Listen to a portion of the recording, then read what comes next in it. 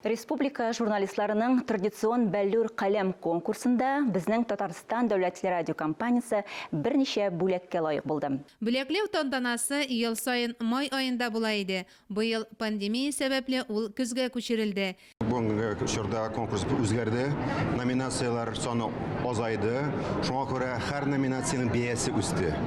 Монда чынлап та ел барышында эшләгән, иҗат иткән һәм үсешкә ирешкән кешеләр генә алды. Кичә безнең кульминациясе республика җитәкчелеге исеменнән тапшырылачак гран-при Лада Гранта автомобиле булачак. Бөтенегезгә бик зур рәхмәт, исәнлек, саулык, тазалык барыгызга. Ел журналисты номинациясендә хезмәттәшебез Вести тапшыруларының баш мөхәррире Диана Василова җиңеп чыкты.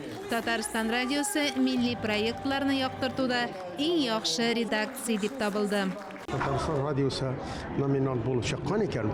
Ул дәүләт күләм проектларның тормышка ашыруы ничек план, конкрет бу районга, бу республикага нәрсә бирә ул.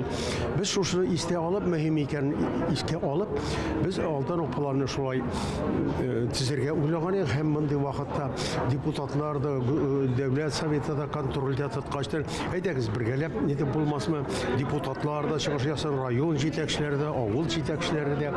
Һәм без үзебездәге кирәк юлны таптык дип уйлыйм мин.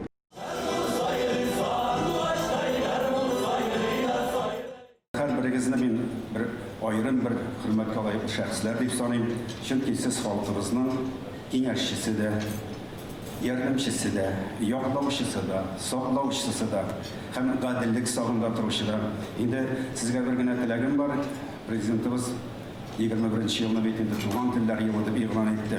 Мин беренче итеп үземә йөкләм алам инде Сәлим Гараев белән Әминовны татарча сөйләшергә чыгыш ясарга. Радионың шеф-редакторы Нәсим Акмал фидакарь хезмәте өчен медале белән бүләкләнде.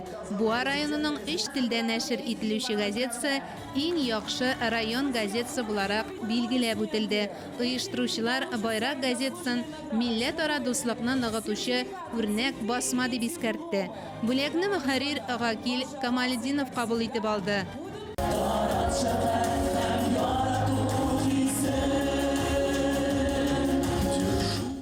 Республикабызда журналист гаиләләре дә бар. Шулар арасында Кыямовлар гаиләсе быел тантаналы рәвештә Татарстан журналистлар берлегенә кабул ителде. Гран-при присуждается Балашову. Иң төп приз автомобиль Казан журналының баш редакторы Юрий Балашовка тапшырылды. Ул чарада дистанцион режимда катнашты. Залда утыручылар аяк-үрә басып котлады. Мөршидә Җихан, Владимир Юрков, Татарстан яңалыклары.